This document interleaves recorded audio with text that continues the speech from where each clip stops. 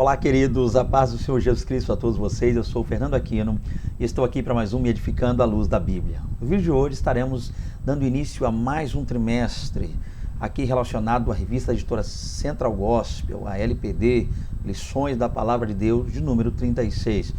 E o tema desta revista é Heróis do Novo Testamento, um legado de amor, fé e obediência. E lembrando que a mesma foi comentada aí pelo pastor Gesiel Gomes. E é bom, sempre bom, iniciar um trimestre com um tema tão abençoado como esse, né? Falando aí de homens de Deus, de pessoas levantadas por Deus de uma maneira sobrenatural, uma maneira maravilhosa, para fazer ali a vontade do Senhor, apregoar o Evangelho.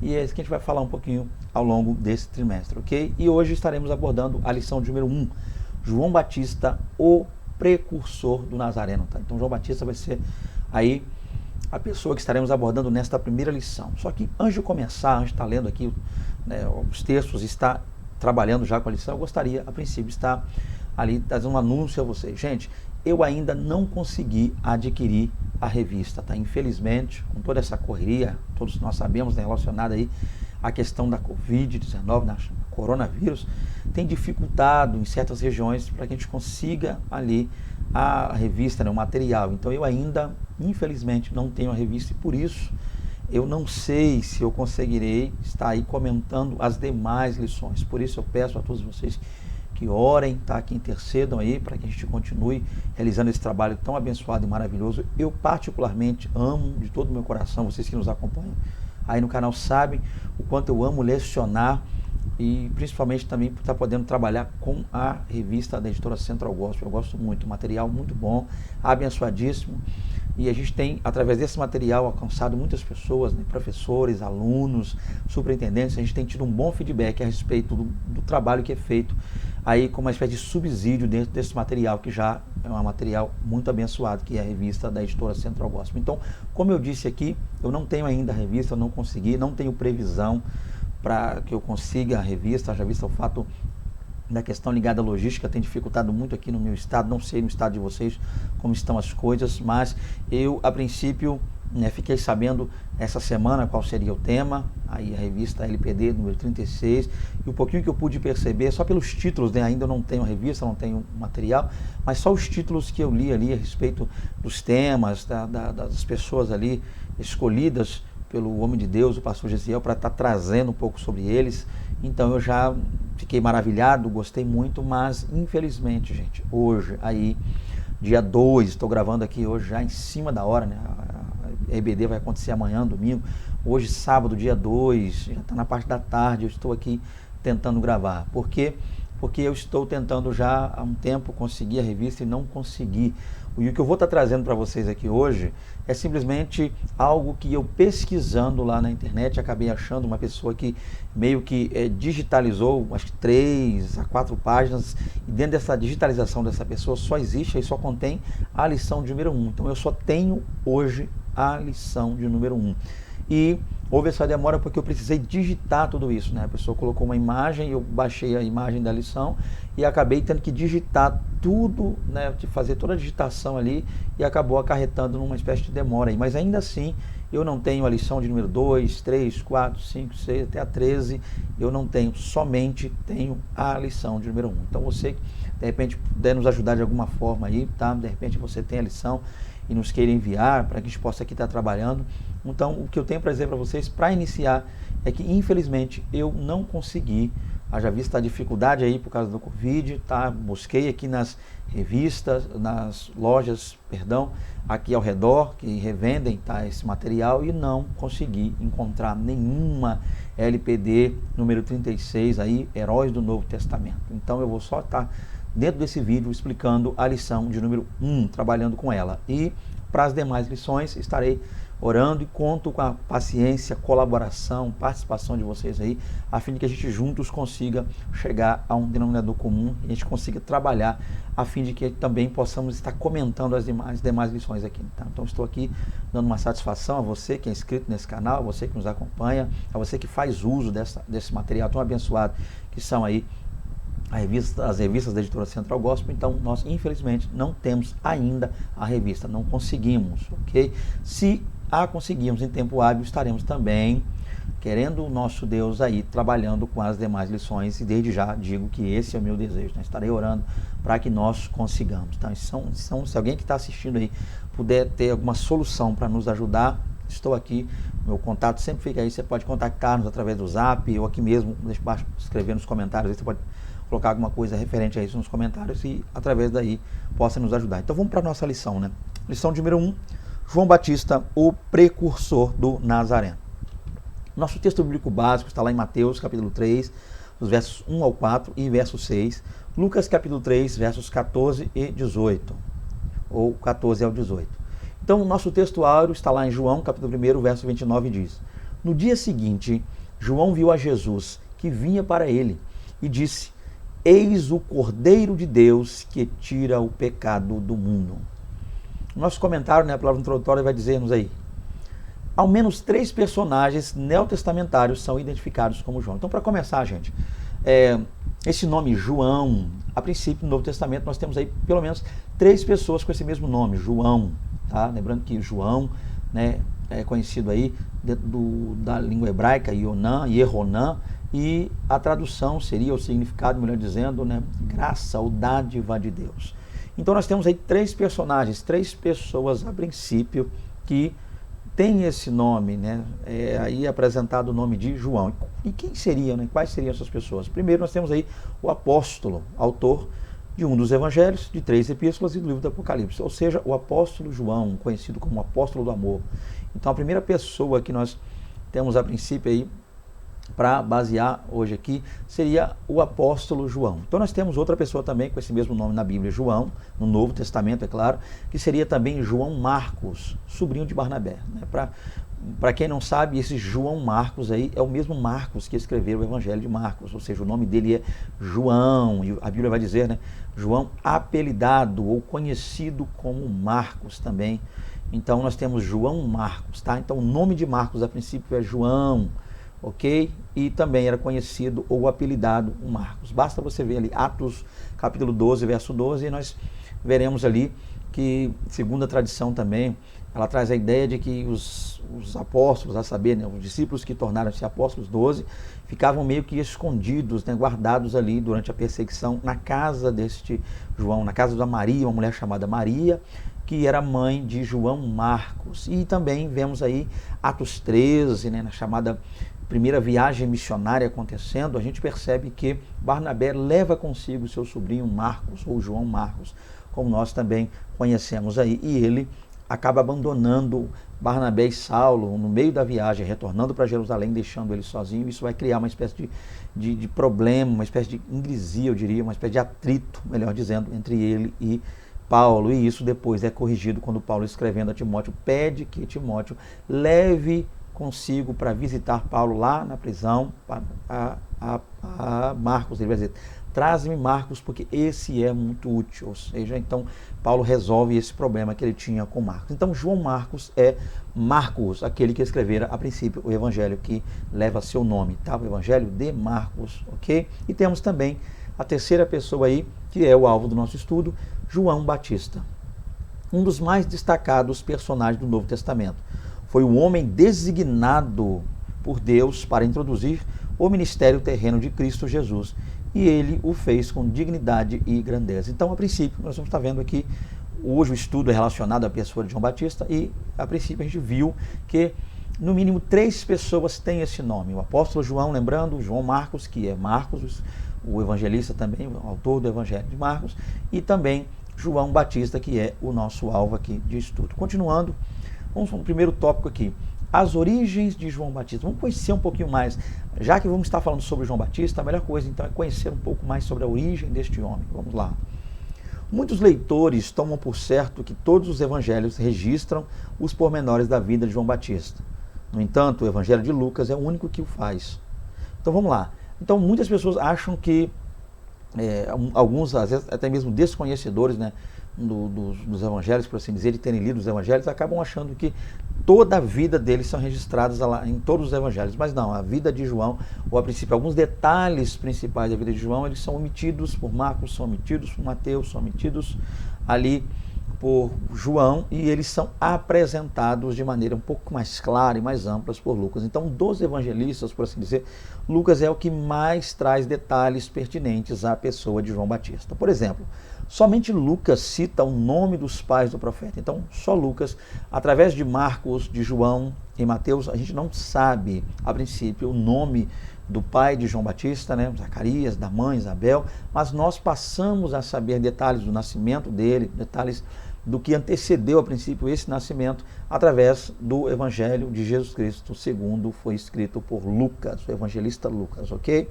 Vejamos a seguir alguns detalhes relacionados à origem do primo do Messias, tá? Então a gente já está vendo aqui que havia um parentesco entre Jesus e João Batista, a gente vai ver isso com mais detalhes depois. Continuando, vamos lá. Primeiro subtópico vai dizer aí, uma concepção improvável, ou seja, um nascimento improvável. Por que o nascimento de João o Batista seria algo, a princípio, improvável? Por alguns detalhes que a gente vai ver agora. Primeiro, para começar, embora Zacarias e Isabel fossem justos, lembrando que Zacarias é o pai de João Batista e Isabel a mãe. Embora Zacarias e Isabel fossem justos, né? Então a gente vai ver isso aí lá no Novo Testamento, lembrando, tá aí eu coloquei aqui entre parênteses, tudo que está aqui entre parênteses está escrito no idioma grego, porque, né, acredito que a grande maioria das pessoas sabem disso, que o Novo Testamento foi escrito originalmente no idioma grego, né, o chamado grego koiné, ou kini, como alguns costumam dizer, comum, tá, que era o idioma falado, né, naquele momento, naquele período, havia muitos idiomas, mas uma espécie de idioma universal, um idioma que ligava as nações, era ali o chamado grego, tá? Então a gente vai falar um pouquinho sobre isso aqui hoje. Então a gente vai perceber que os pais de João Batista eram justos, e a palavra que está lá para justos, tá? No caso deles, nesse verso aí, seria a palavra dikaioi. Então nós temos dikaioi é a palavra, tá? Para expressar. Lembrando que essa palavra dikaioi, ela vem de dikaios. Dikaios é justo, ok? Justiça. Então eles eram justos diante de Deus. Ela, ou seja, Isabel, era estéril, e também nós vemos isso lá no texto grego, tem a palavra esteira. A palavra esteira é a palavra grega para estéril, apontando para que essa mulher é estéril. E ambos eram muito idosos. Então, além dessa mulher ser estéril, esteira, ambos eram muito idosos. E nós temos também aqui aquele que é o grego para expressar aí esta palavra. E seria algo mais ou menos parecido com isso aqui. Deixa eu estar lendo aqui para melhorar. Então, nós temos a primeira palavra kai, amphoteroi. Kai, amphoteroi. Aí temos outra palavra, probebícotes, entais, emerais, auton e san. Então, tudo isso quer dizer o quê? E ambos eram muito idosos para terem filhos. Então, para começar, gente, dentro desse primeiro ponto que nós estamos trabalhando aqui, que seria uma concepção improvável, o que nós percebemos aqui é que o nascimento de João Batista seria, a princípio, improvável. Por quê? Seria improvável porque os seus pais eram idosos, tá? O fato da idade avançada deles, né, eles já haviam alcançado uma idade muito avançada, e isso dificultaria e dificultava, é claro, muito o fato de haver aí a concepção de João Batista. Então, era improvável de acordo com a idade deles, nesse quesito. Mas é claro que por que esse termo improvável? Porque a gente sabe que a cada dia a gente descobre aí, eu tenho visto via internet, pesquisando algumas coisas, às vezes eu assisto em noticiários, mulheres de uma idade até entre 60 ou até mais, eu já vi casos que acabaram dando à luz, né?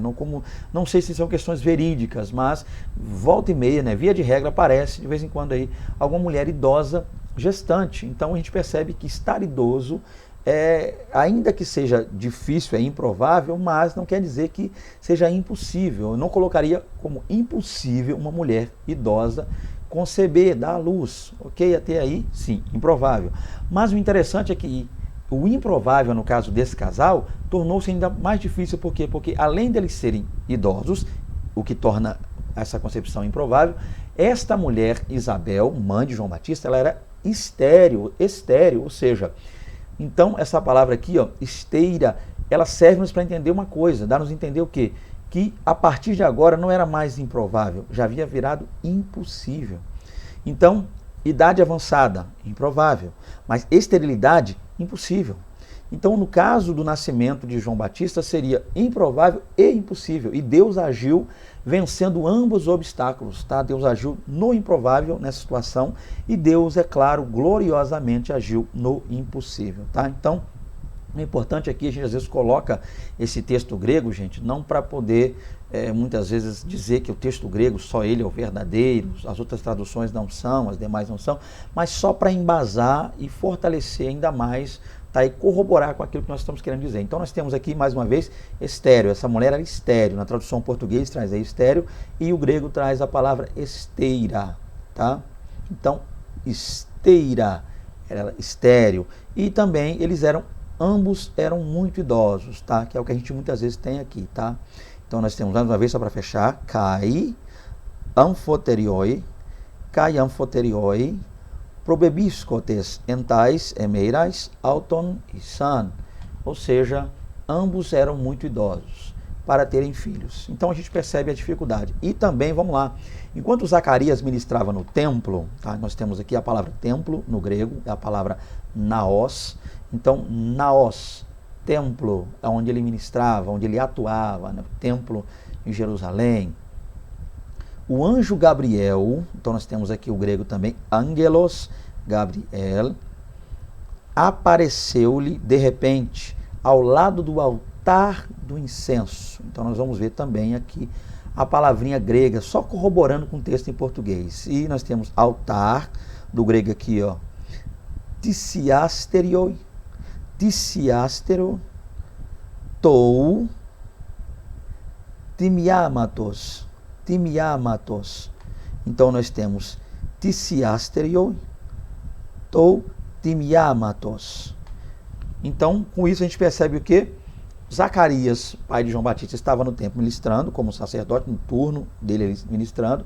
Aí, nesse momento, o anjo Gabriel lhe aparece, de repente, repentinamente, ao lado direito, né, do altar do incenso, dizendo que sua oração fora atendida. Ele e sua esposa teriam um filho cujo nome seria João, cujo grego lá é Ioannes.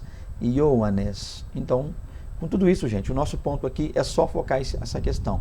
Que para esse subtópico, querido professor, trabalha essa ideia de que, embora sim, sendo improvável, haja visto o fato de eles serem idosos, para os dois, no que tange lá, para o que tange o casal, era improvável. Mas dificultou ainda mais pelo fato de Isabel ser estéril, que tornou isso impossível, mostrando que o nosso Deus age tanto no improvável quanto no impossível. Ele é o Deus do impossível, ele é o Deus do improvável, ele é Deus acima de todas as coisas, ok? Continuando aqui, vamos lá, 1.2, propósitos e consequências. João Batista seria a alegria de seus pais, levaria muitos israelitas a volta ao Senhor, né, voltar ao Senhor, e prepararia o povo para a vinda de Cristo. Então, para começar, gente, dentro desse ponto aqui, nós temos 3 questões maravilhosas que envolvem o ministério de João Batista. Primeiro dele, João Batista veio para ser alegria dos pais. Então, ele é um cumprimento de uma promessa feita por Deus, há um pedido feito a Deus pelos pais, a saber aqui, né, de João Batista. Primeiro ponto que me chama a atenção, gente, e voltando aqui, fazendo uma ligação, eu quero fazer aqui uma junção desse tópico aqui, desse subtópico, melhor dizendo, com o subtópico anterior, desse slide com o anterior, vamos analisar um ponto aqui. A Bíblia vai dizer-nos, a gente viu isso no slide anterior, que Zacarias, pai de João Batista, estava no templo, na casa de Deus, e lá cumprindo ali o seu ofício sacerdotal. Já visto o fato de que ele era um sacerdote. E a Bíblia vai dizer que quando o anjo vem repentinamente, né, o anjo nesse caso aqui é Gabriel, o nome dele é identificado, né, Gabriel, Gavariel do hebraico, Gabriel, quando ele aparece, é interessante que ele vai dizer que as orações desse casal chegaram a Deus. As orações do pai ali, Zacarias, a oração da família, a oração desses justos pais de João Batista chegaram a Deus. Então, em primeiro lugar, olha que coisa maravilhosa. Eles estão orando a Deus para que Deus lhes dê um filho. E isso é importante. E eu quero acreditar que, uma vez que ambos estavam orando e Isabel não tinha acesso ao mesmo lugar que Zacarias tinha, então Isabel por ser mulher, naquele tempo a mulher não tinha acesso ao lugar santo, muito menos o Santo dos Santos, só o sumo sacerdote teria, mas ainda assim, se esse casal estava orando para ter um filho, eu acredito que eles estavam em casa orando, sempre em casa, juntos, joelho dobrado, um ao lado do outro, orando, os dois no mesmo propósito, pedindo para que Deus lhes desse um filho. Olha que coisa linda, gente, abençoada. Então, quando eles estão orando em casa, aí o João Batista, ou melhor dizendo, desculpa, Zacarias, pai de João Batista, vai para o templo. Vai fazer o que ele sabia fazer de melhor, adorar a Deus, servir a Deus, trabalhar para Deus, entregar-se por completo a Deus. E fazendo para Deus, buscando de Deus, Deus responde algo que ele pede em casa, Deus lhe responde no templo. Isso é maravilhoso, gente. Lá no altar, do lado do altar de incenso, lá só adorando, servindo, cuidando das coisas de Deus, Deus agora passa a cuidar das coisas de Zacarias.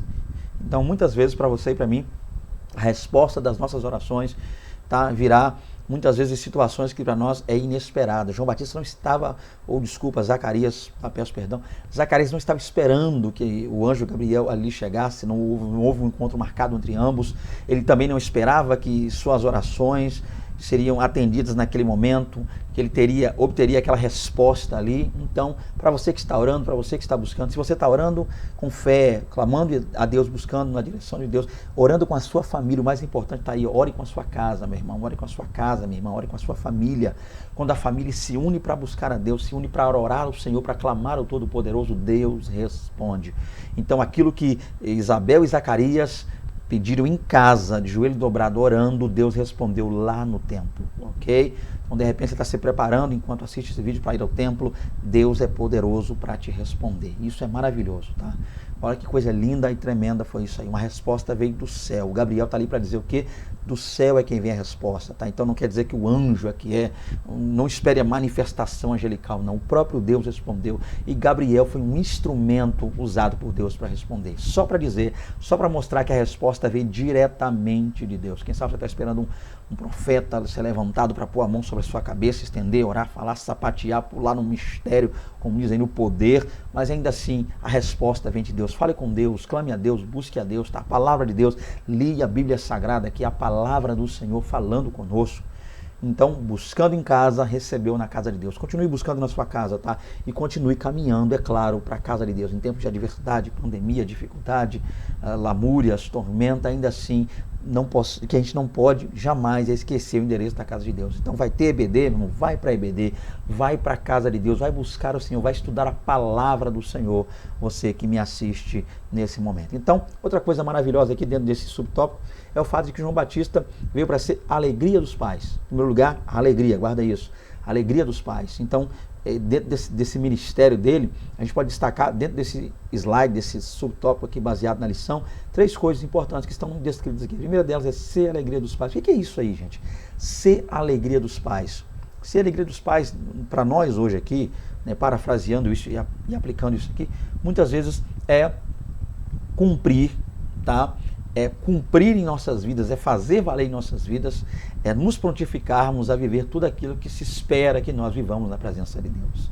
Então você coloca aí alegria, tá, dos pais. Se você tirar aí os pais biológicos, você colocar Deus como pai, então nós fomos chamados, assim como João Batista foi chamado para ser também uma alegria no seu lar, uma alegria na sua casa, nós também fomos chamados para ser a alegria do nosso Pai, a saber, Deus, o Todo-Poderoso, a alegria de Jesus Cristo, o nosso Senhor, a alegria do Espírito Santo. Então nós fomos chamados para alegrar a Deus, fazer a vontade de Deus, porque a alegria do Senhor é a nossa força. Então o primeiro ponto é esse, ok? E é claro também, pode ser aplicado aí para nós no que tange a área biológica. Nós, como servos de Deus, também fomos chamados para ser alegria para os nossos pais, dar exemplo para os nossos filhos, tá? Então, alegria. Segundo, levaria muitos israelitas, né, a volta do Senhor, de volta ao Senhor, melhor dizendo. Uma coisa maravilhosa, gente. Outra missão.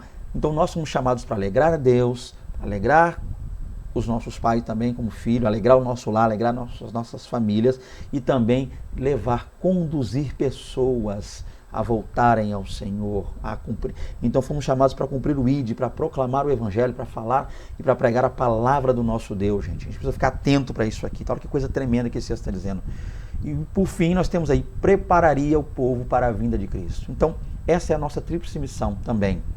Alegrar a Deus, alegrar os nossos pais, alegrar a nossa casa, a nossa família, alegrar os nossos irmãos que estão ao nosso redor, ser motivo de bênção, de orgulho, tá? E sermos muitas vezes ali aquelas pessoas que dão exemplo para as demais, com isso alegria, e também conduzir pessoas ao Senhor. E como é que essas pessoas vão ao Senhor? Através do nosso testemunho. Nem sempre é uma pregação, muitas vezes você não tem aquele tempo hábil de abrir os lábios, preparar um esboço e pregar num púlpito ou em outro lugar essa mensagem preparada a princípio por você. Não. Mas o seu testemunho fala o que você não consegue falar. O seu testemunho, ele atinge lugares e situações, momentos em que você, por diversas vezes, não conseguiria atingir falando. Então, somos chamados também para levar muitas pessoas ao Senhor. E, por fim, também fomos chamados para preparar o povo para a vinda de Cristo. Então, o crente é o relógio de Deus aqui na terra.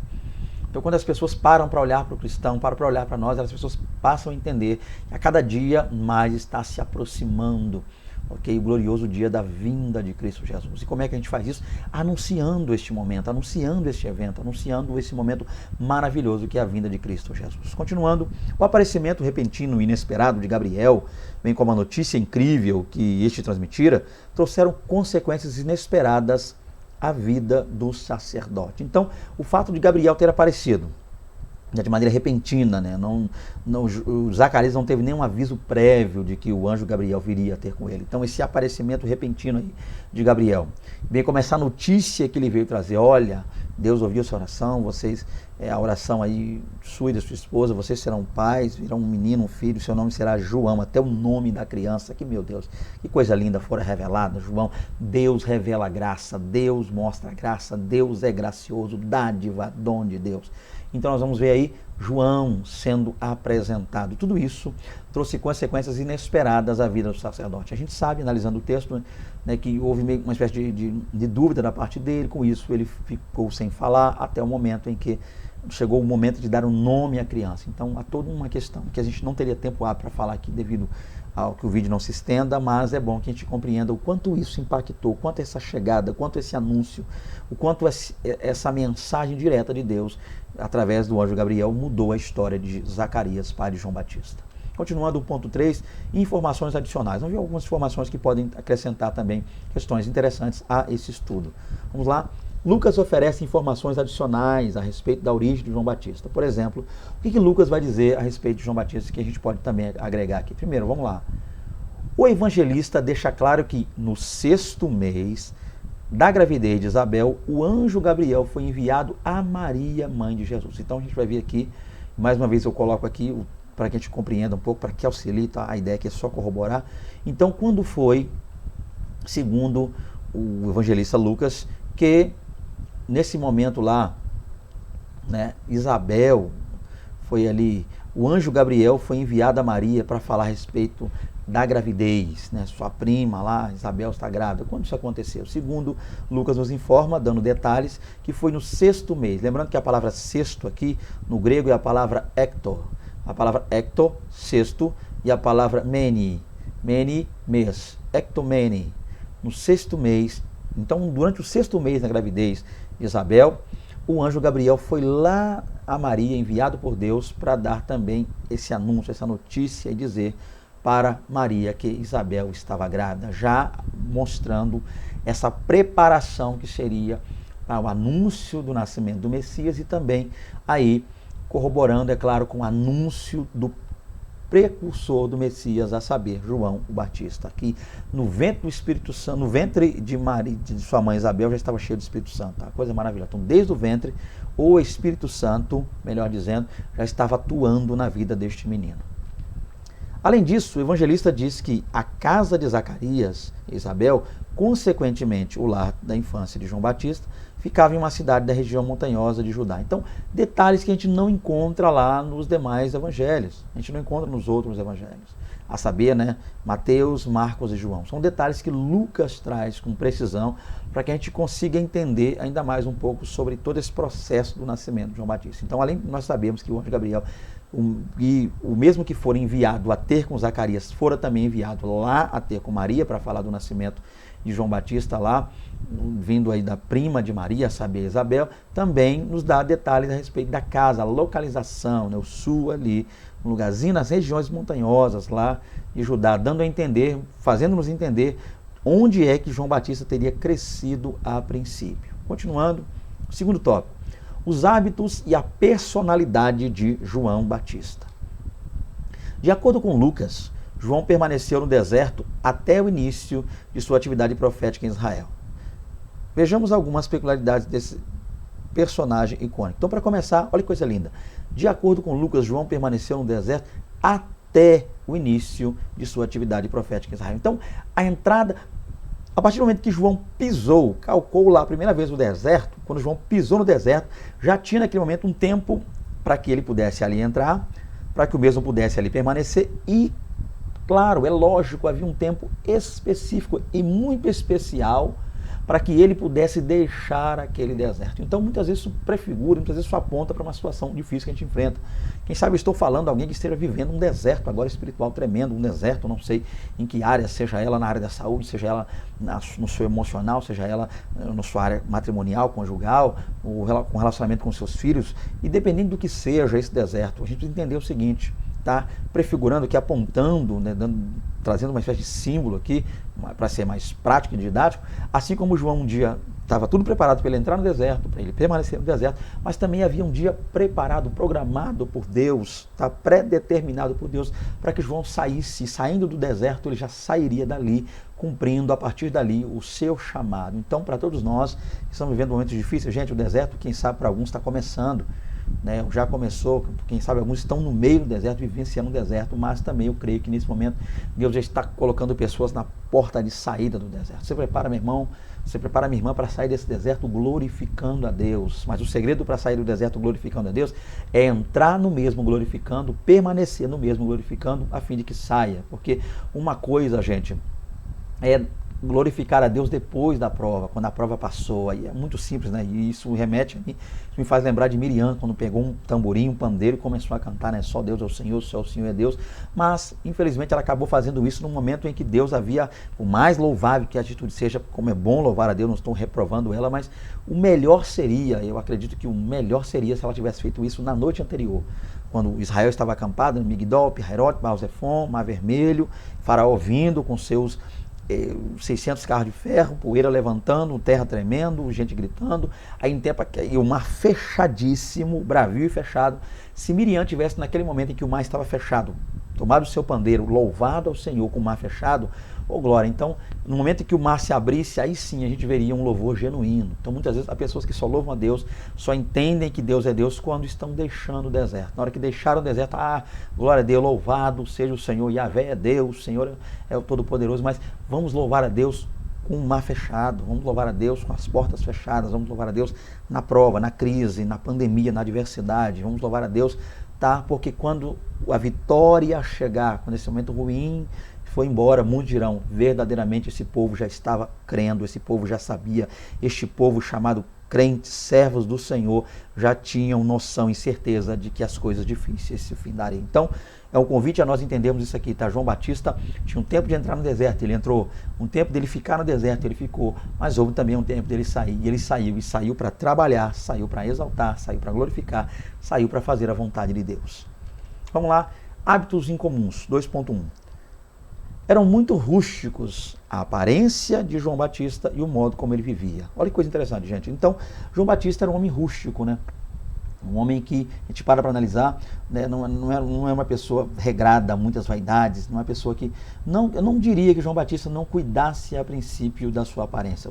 Só o fato dele se vestir assim nos demonstra que ele realmente tinha um alvo, tinha uma meta com relação à sua vestimenta, sua alimentação, mas o ponto era que João Batista sabia, ele entendia, ele compreendia o porquê Deus havia chamado, e ele não havia tempo no seu ministério, não havia tempo na sua vida para detalhes, para questões ínfimas, para questões ligadas a futilidades. Então ele era um homem muito rústico, né? Olha que coisa interessante, tanto na aparência quanto no modo dele viver, né? Ele tinha uma vida muito simples, uma vida muito rústica.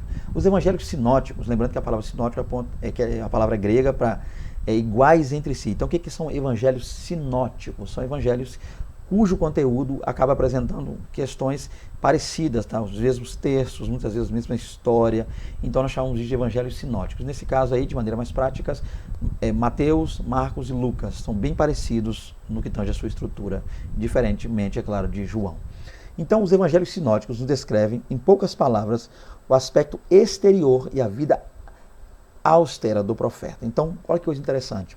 Quando a gente passa a ler Mateus, Marcos, o próprio Lucas, então a gente percebe que, em poucas palavras, nos é descrito um pouco a respeito do aspecto exterior, de como João se vestia, como João se apresentava, né, às pessoas. Ele usava, a princípio, como vestimenta, uma túnica áspera e grosseira, tecida com pelos de camelo.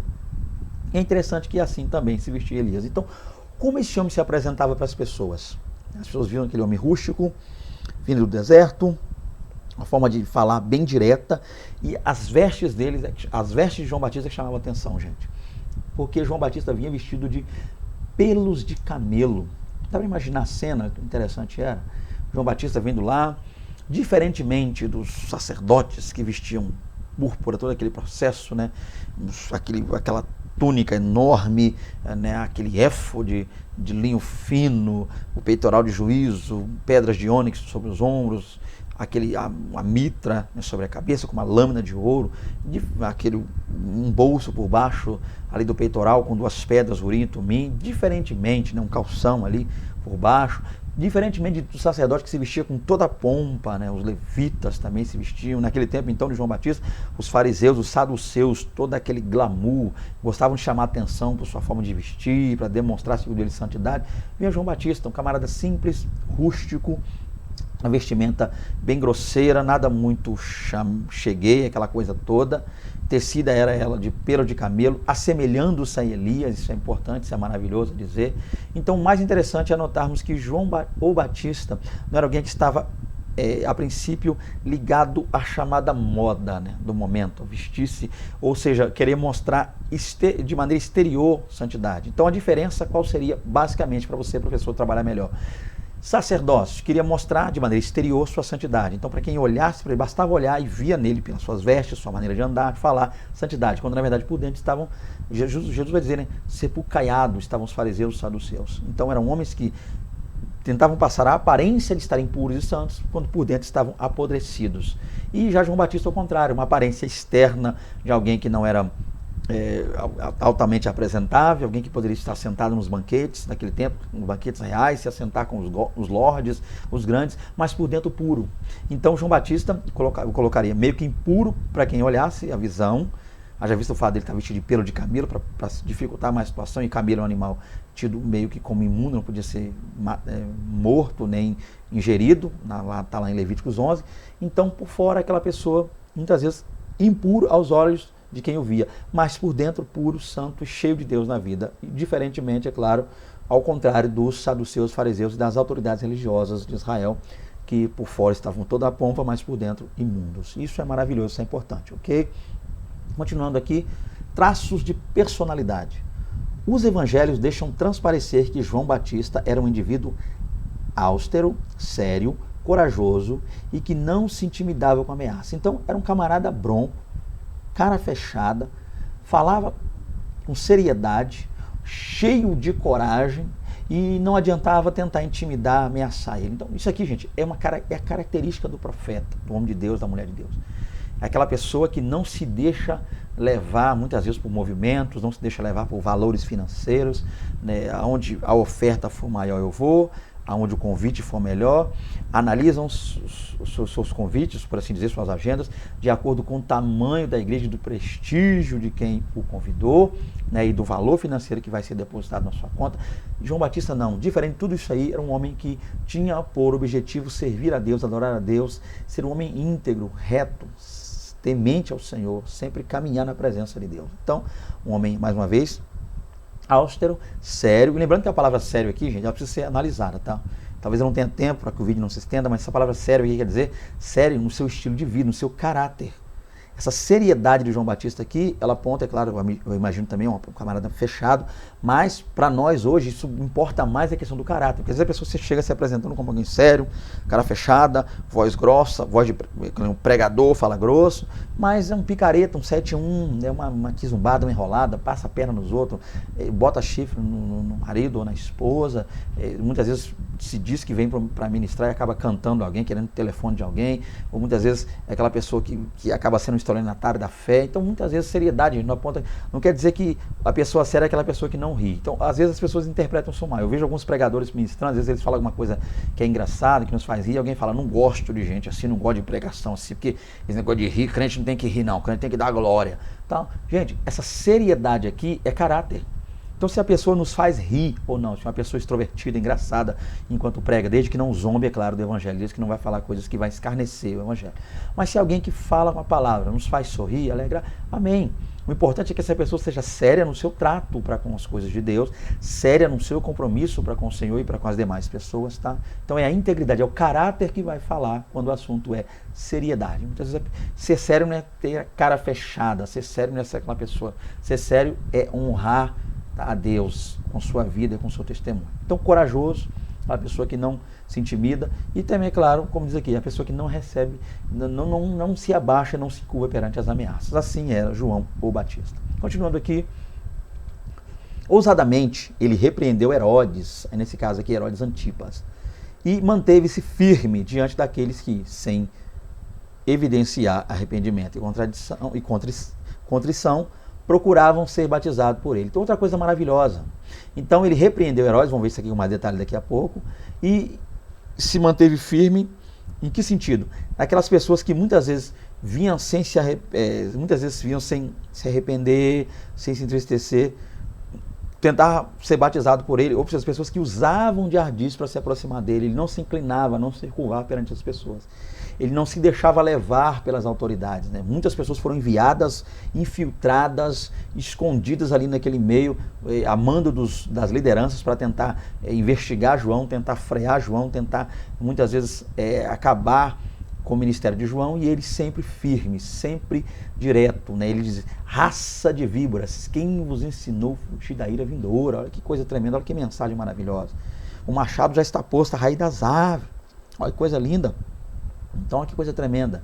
Ele chegou a dizer acerca de Jesus Cristo, ele tem na sua mão a pá, ele limpará a sua eira, e o trigo vai para o celeiro, e a palha vai ser queimada no fogo que não se apaga. Então, olha que coisa maravilhosa. Ele sempre direto. Quando alguém ia ter com ele, disseram, tu é o Messias, tentaram indagá-lo para ver, até tentar comprá-lo com isso, meio que impressionar, meio que ele bajular para ver quem ele era. Ele falou de cara, eu não sou o Messias. Então, aprendendo com João, que a gente precisa saber quem nós somos e quem nós não somos. Então João diz, eu não sou o Messias. Então a gente precisa entender também, não basta saber quem eu sou no reino, eu preciso saber quem eu não sou no reino. Quem eu não sou? Eu não sou o dono do milagre, eu não sou o dono da vitória, eu não sou o homem mais usado do planeta Terra, eu não sou o homem do manto, do remanto, aquele que faz, aquele que bota a mão e acontece, aquele que prega, aquele que brada e o inferno treme, como eu vejo muitos usar isso, o inferno treme. Que negócio de inferno treme? Até eu vejo título de vídeo, pregador fulano, mensagem que abalou o inferno, pelo amor de Deus, a mensagem que abalou o inferno. É muita prepotência, prepotência demais. Então João Batista diz, eu não sou o Messias. Meu amado, minha irmã que me assiste aí, saiba quem você é na obra, mas saiba quem você não é também. Você, nós não somos Jesus, não morremos para salvar ninguém, não damos nossa vida, não derramamos nosso sangue no Calvário. Deus é Deus e nós somos ovelhas, nós somos servos do Senhor. Devemos muitas vezes saber qual é o nosso lugar, nos recolhemos a nossa insignificância e tão somente adorarmos e bendizermos o nome do excelso Deus de Israel. Continuando, terceiro tópico. O ministério de João Batista. A descrição que os evangelhos fazem sobre o ministério de João Batista é breve. E a narrativa sinótica, já expliquei o que é, né? Está lá Mateus, Marcos e Lucas. Sinótico, mais uma vez, para quem não ouviu, talvez eu tenha dito rápido, sinóticos é uma palavra grega para descrever conteúdos que são idênticos, iguais entre si, tá? Existem muitas semelhanças, uma série de semelhanças entre eles. E, mais uma vez, se você ler o evangelho segundo escreveu Mateus, Marcos e Lucas, você vai descobrir que relatos que eles narram são muitas vezes os mesmos, tá? Coisas que João não faz. Por isso esse nome sinótico, ok? Então, continuando aqui, a descrição que os evangelhos fazem sobre o ministério de João Batista é breve. Então, os evangelhos fazem uma descrição breve. E a narrativa sinótica, a narrativa desses 3 evangelhos aqui, Mateus, Marcos e Lucas, é bastante similar em suas conclusões. Ou seja, eles vão sempre apontar que João pregava uma mensagem, cujo tema principal era o arrependimento. Ainda que eles narrem, eles tragam narrativas de João, diferentes, quem sabe às vezes uma das outras, mas sempre o final é o mesmo. Eles sempre estão querendo mostrar que João era alguém que pregava, a princípio, o arrependimento, para que através desse arrependimento as pessoas se voltassem novamente ao Senhor. Continuando, o pregador do arrependimento. Vamos falar um pouco sobre isso aqui. É importante ressaltar, na atuação de João, que seus seguidores, ou seja, aqueles que seguiam João, os discípulos de João, ao ouvirem sua mensagem, eram tomados por forte quebrantamento e contrição. Então, o que acontece? Todas as pessoas que iam ouvir a João, percebe isso aqui, gente. João não armava palanque em lugar, João não ia. O interessante é que as pessoas iam até João. Não estou dizendo que, com isso, você me compreendeu, que nós não devamos ir. Sim, ide, vamos, está lá, ide, nós devemos ir. Mas o interessante é que quando a gente for a algum lugar para ministrar, que a gente não se sinta ou não se veja muitas vezes tão envolvido com aquele lugar que acaba muitas vezes cedendo às petições, cedendo ao que é dito naquele lugar. E deixa eu ser mais claro aqui. Muitas vezes pregar só o que aquele lugar nos manda pregar. Muitas vezes a gente acaba sendo um garçom, servindo o púlpito, servindo as pessoas. Nós devemos ir a todos os lugares, ir por todo mundo e pregar o quê? O Evangelho, tá? Então nós devemos ir, sim, pregar o Evangelho, devemos ir, sim, mas pregar o Evangelho, a palavra de salvação de Cristo Jesus. Não o chamado coach gospel, a massagear ego das pessoas. Mas a ideia aqui é que as pessoas saíam de diversos lugares para ir ter com João, seguiam a João. João seguia a Cristo, enquanto João seguia a Cristo, e com isso, João seguia a Deus, ao Espírito Santo, e por outras pessoas era seguido. Por quê? Ele estava imitando a Cristo e as pessoas imitando a ele. E nesse sentido, quem ouvia a mensagem dele, as pessoas naquele momento, só de ouvir João pregar, eram tomados por um forte quebrantamento. As pessoas se sentiam ali, elas viam o seu pecado, elas olhavam para si, era como uma espécie de raio-x que mostrasse não os ossos, tá, a estrutura, mas mostrasse os pecados. As pessoas olhando para si, elas olhando para João, elas se viam como pecadores. Olha que coisa linda. E aquela contrição, aquela dor, as pessoas se arrependiam e se entristeciam. Então, olha que 2 coisas maravilhosas que aconteciam ao longo das ministrações de João Batista: arrependimento e contrição. As pessoas se entristeciam por sua situação difícil e por sua vida afastada de Deus, e por isso elas retornavam a Deus. Então, que a gente entenda isso. Era evidente para João Batista que o seu ministério consentia em anunciar o advento do Messias. Outra coisa, à medida que as pessoas iam se quebrantando diante de Deus, é claro, mas fisicamente ou visivelmente falando de João Batista, as pessoas ali ao seu redor, João Batista não se deixava levar por isso. Ele não tomava para si essa glória. Esse é o grande perigo dos dias atuais. Às vezes a pessoa faz ali, ela diz fazer acontecer, pega uma mensagem que ela pregou 2 horas, tira aquele minutinho, aquele 30 segundinhos daquela mensagem, o povo sapateando aquela coisa toda, poder, e já bota embaixo, o telefone de contato está aqui, ó. Você quer ver acontecer isso aqui na sua igreja? É só ligar para mim. Quer ver todo esse poder, esse Pentecoste, toda esse glória acontecer? É só ligar para mim. Gente, com isso João Batista não tinha isso. João Batista podia ter dito, se fosse uma pessoa prepotente: olha aí, ó, olha quantas pessoas estão se convertendo por minha causa, olha quantas almas estão se quebrantando por minha causa, olha quantas pessoas chorando. Comigo é assim, quando eu, João Batista, prego, as pessoas choram, caem ao chão, morrem. Nada disso, irmão. João Batista não tem negócio de, tem pessoas que façam uma voz, eis que estou, ai, glória, aquela coisa toda, não. Era alguém que ministrava a palavra de Deus e entendia que as almas estavam se rendendo ao Senhor. João Batista se alegrava em saber que as pessoas estavam se rendendo ao Senhor. Ele alegrava em saber que estava sendo útil e que estava cumprindo realmente o seu chamado. A melhor coisa na vida de um pregador, na vida de um servo de Deus, na vida daquele que ministra o Evangelho, é saber, glória a Deus, que Deus está agindo por seu intermédio, que Deus está sendo glorificado através da sua ministração, da sua vida no altar. Então, que a gente possa muitas vezes entender isso aqui. João Batista em tempo nenhum quis tomar para si a glória. Tá? João Batista, se fosse hoje, ainda que fosse hoje, João Batista não colocaria um trecho da mensagem dele no Facebook, o vídeo, ou no Instagram, nas redes sociais, dizendo, olha, é só me convidar, que é daqui para cima, é daqui para melhor. 80 almas, 100 almas, se arrependendo, me chama, glória, e vai ser... Não, nada disso. Então a gente precisa entender isso aqui, que é maravilhoso. Então era evidente para João Batista que o ministério dele consentia em anunciar o advento do Messias. Quanto mais pessoas ele via se convertendo, se arrependendo e vindo batizar-se, aí é que ele pregava com mais gosto ainda, que é chegado o tempo, tá? Arrependei-vos, porque é chegado o reino de Deus, o reino dos céus. Esse é o ponto principal. Então você que me ouve, pregador, por favor, não queira tomar para si a glória, porque vai complicar para você e você vai ter que dar conta disso diante de Deus. Continuando então, as marcas ministeriais. Vamos ver isso aqui. Como precursor de Jesus, João Batista o precedeu em seu nascimento, seu ministério e sua morte. Dessa forma, algumas observações importantes quanto ao seu ministério fazem-se necessárias. Então, para começar, gente, olha que coisa linda.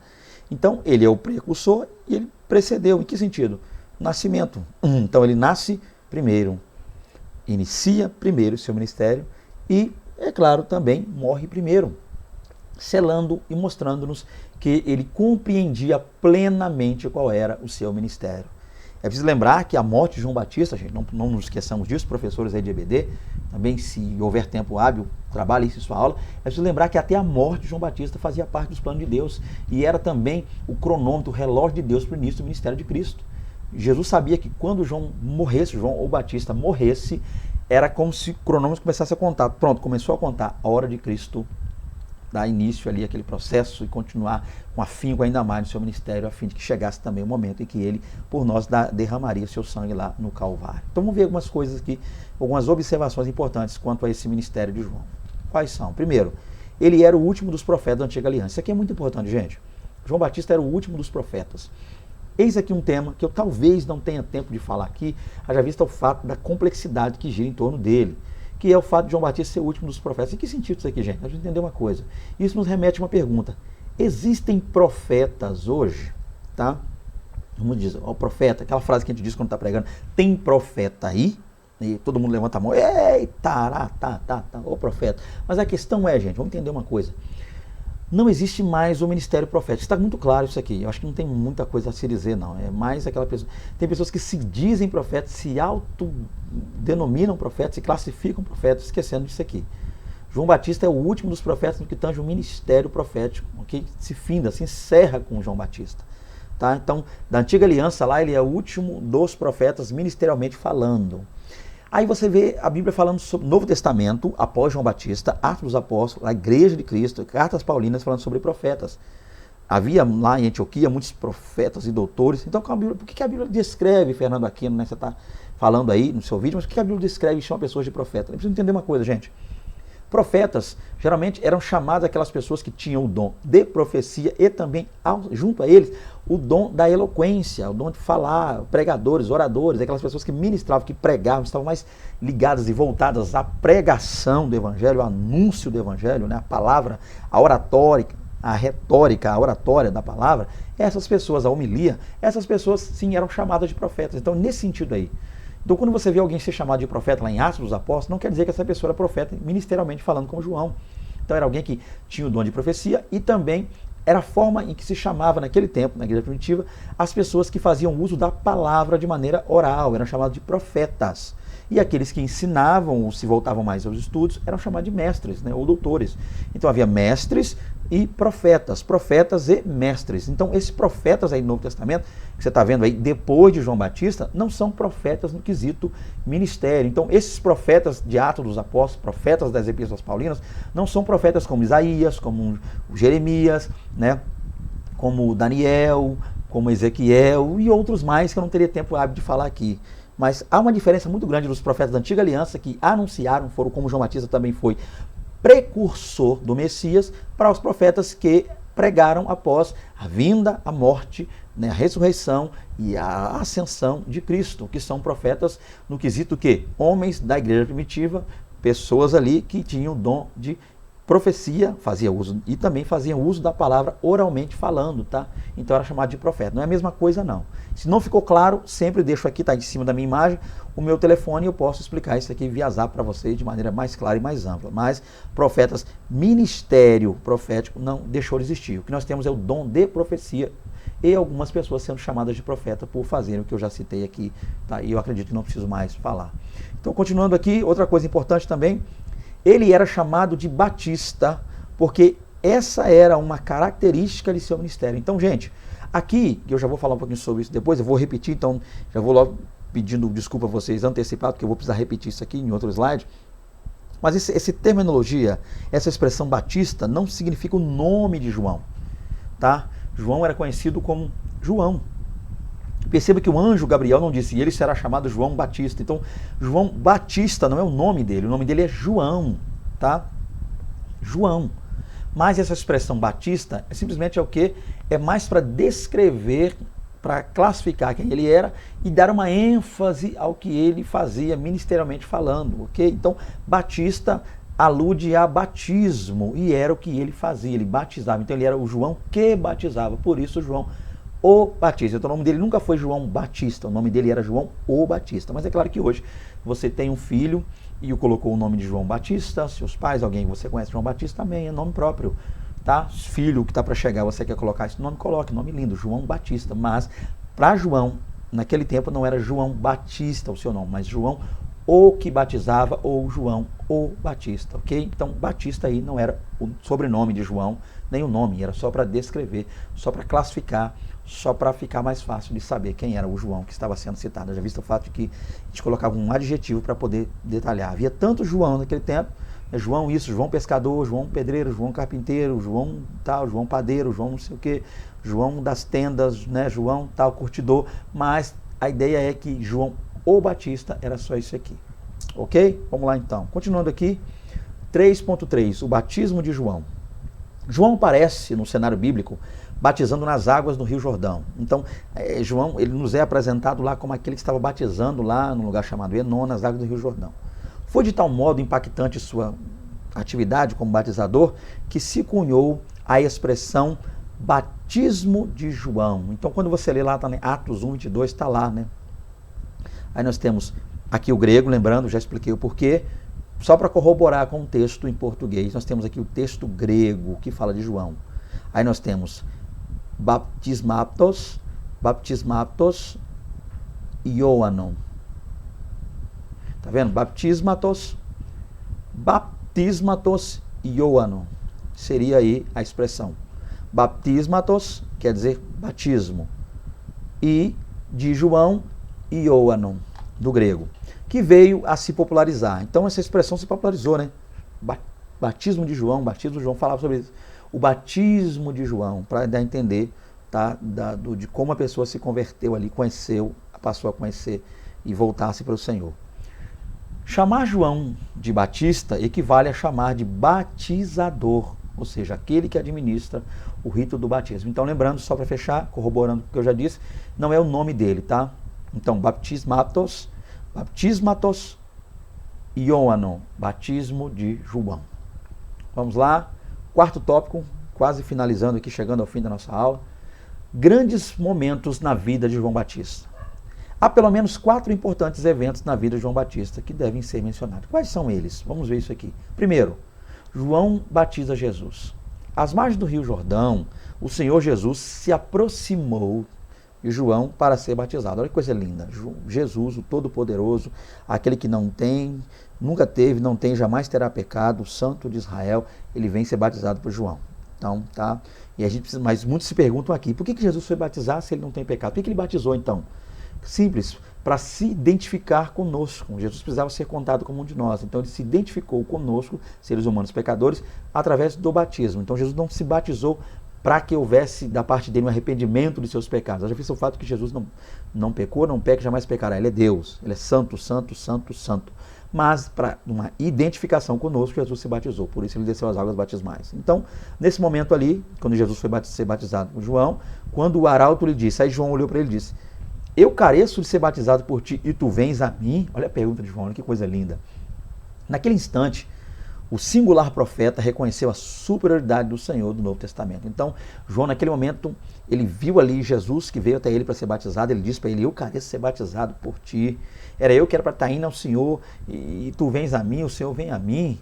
Então, com isso, ele está reconhecendo de maneira clara e objetiva, direta, quem ele é e quem o Senhor é. Então, que a gente conheça e reconheça o nosso lugar diante de Deus, tá? A superioridade de Deus diante da inferioridade humana. E só o batizou porque Cristo disse que aquele momento era necessário para que as exigências da lei fossem cumpridas. João Batista, ele meio que foi difícil ele batizar Jesus, ele meio que se fechou ali. Não, eu não posso, eu não sou digno, quem sou eu? Não tem como batizar o Senhor, mas Jesus falou: calma, João, faça isso para que você cumpra, né, a lei ali, o que está escrito na lei, o que é dito na lei. Então, ainda assim, ele acabou concordando, por assim dizer.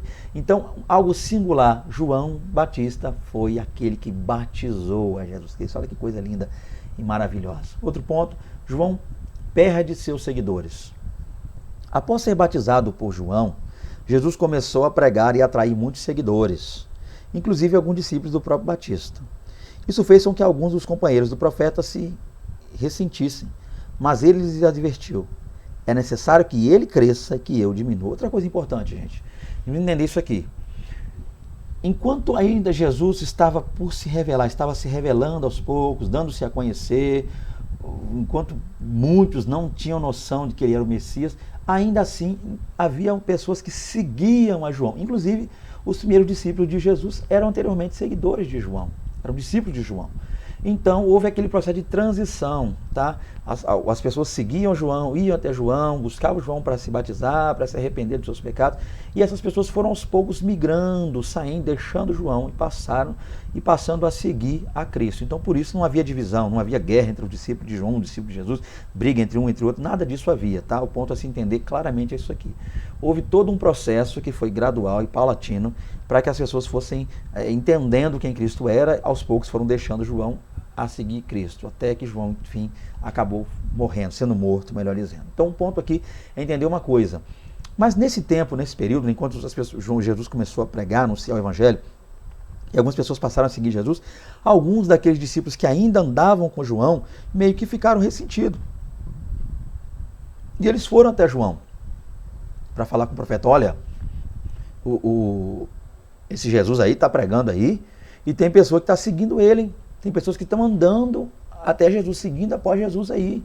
E aí, João, como é que vai ficar a situação? Como é que é o negócio? Nesse momento, João agora vai dizer: ó, é necessário que ele cresça e que eu diminua. Isso aqui é importantíssimo demais, gente.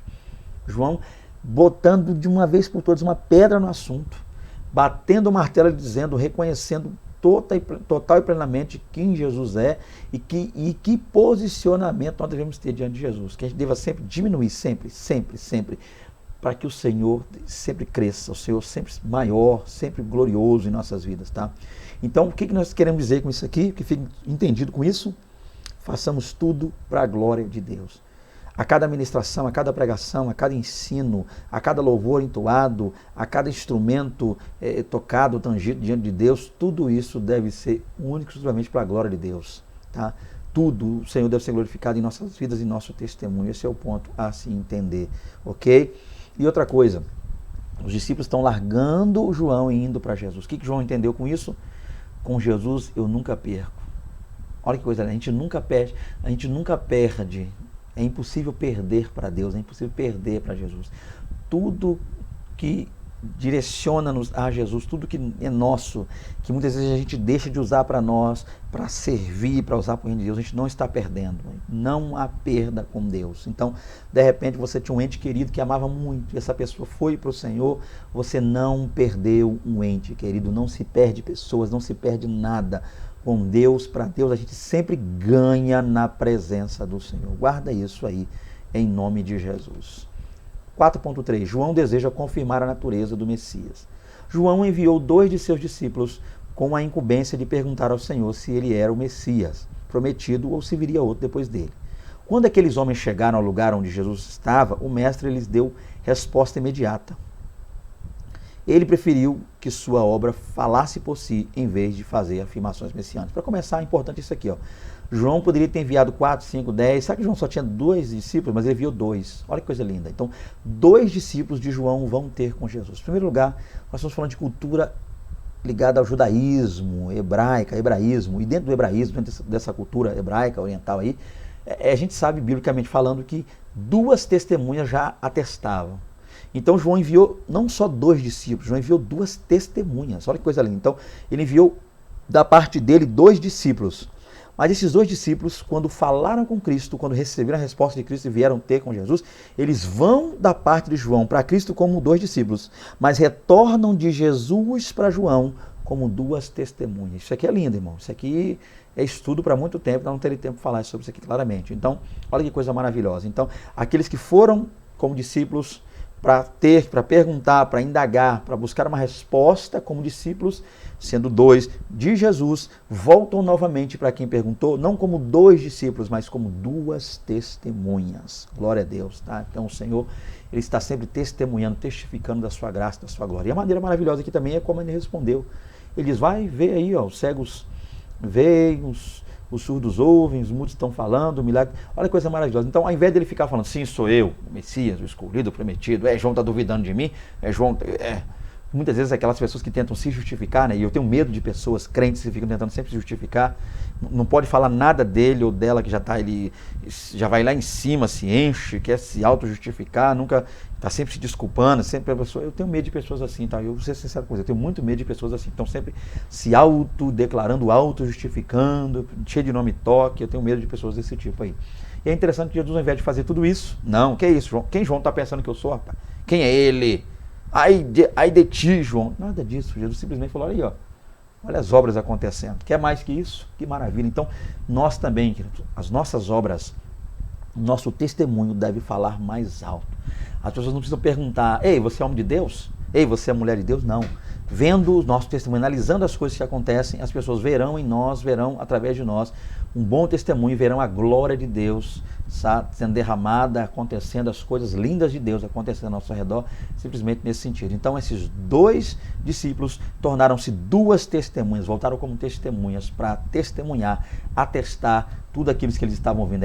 João, como que disseram? Voltaram, João, vimos coisas tremendas lá. Você nos levou para perguntar a Jesus se era ele, o Messias prometido, se era outro, mas o que nós vimos lá verdadeiramente é maravilhoso. Então, testemunhas acerca de Cristo Jesus.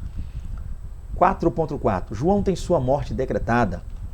João Batista reprovou Herodes Antipas por todas as suas maldades que ele tinha feito. Então, olha que coisa linda, um homem que foi ali e reprovou Herodes, na dinastia dos Herodes. E, sobretudo, protestou contra o casamento dele com Herodias, mulher de Filipe. Ou seja, nesse momento agora, Herodes Antipas casa-se com a mulher de seu irmão. João Batista, nesse momento, agora reprova isso, protesta de maneira direta, incisiva, clara e diante de todos contra tudo aquilo que estava, todo aquele adultério, todo aquele processo que estava acontecendo ali.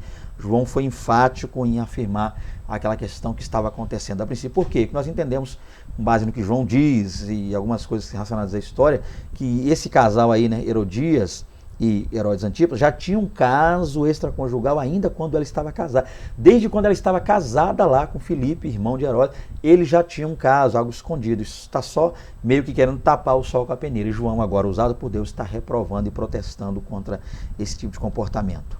A filha de Herodias, Salomé, instruída por sua mãe, aproveitando a oportunidade que o rei lhe oferecera, exigiu a cabeça do profeta batizador em uma bandeja. Olha que coisa interessante aqui. Então, outra coisa que aconteceu, né, apontando agora já para a morte de João Batista, a gente percebe aí nesse momento que Herodias, né, ela irada, nervosa, procurando vingança contra João, ela aguardou um momento durante uma festa, a saber lá o aniversário de Herodes, ele estava bêbado, Salomé, a filha de Herodias, dançou diante dele, e nesse momento ele ali embriagado, cuidado com decisões tomadas embriagado, terríveis. Então ele embriagado tomou essa decisão e ele simplesmente falou com ela, tudo que me pedir, até metade do meu reino te darei. Então ela teve diante de si a oportunidade de ter metade de um reino e a cabeça de um profeta, mas influenciada também por sua mãe, ela acabou pedindo, tá, e jogando todo um futuro pela frente pedindo a cabeça do profeta só para cumprir um desejo, só para cumprir uma vingança de sua mãe. Às vezes a gente acaba se encontrando em situações como essa, tá? A gente não pede cabeça de profeta não, mas tem pessoas que nos usam, tá com raiva de um, tá chateado com o outro, quer derrubar uma liderança, ou quer muitas vezes um líder também ruim, sem Deus na vida, quer derrubar uma pessoa, e às vezes acaba nos usando como bode expiatório. Vamos ficar atentos com essa situação, tá? Isso aqui, muitas vezes nós podemos nos encontrar na situação, talvez não de João Batista, perdendo a cabeça, mas na situação de Salomé também. Muitas vezes nós podemos ser a Salomé, usados pelo diabo para derrubar alguém, não estamos sabendo, tá? Achando que está defendendo a fé, fazendo alguma coisa. Então, analise bem aquilo que lhe é pedido. Quando muitas vezes alguém tiver com raiva de alguém e te colocar no meio desse bolo, dessa briga, fique atento. Às vezes você não tem problema com uma pessoa, mas o outro tem.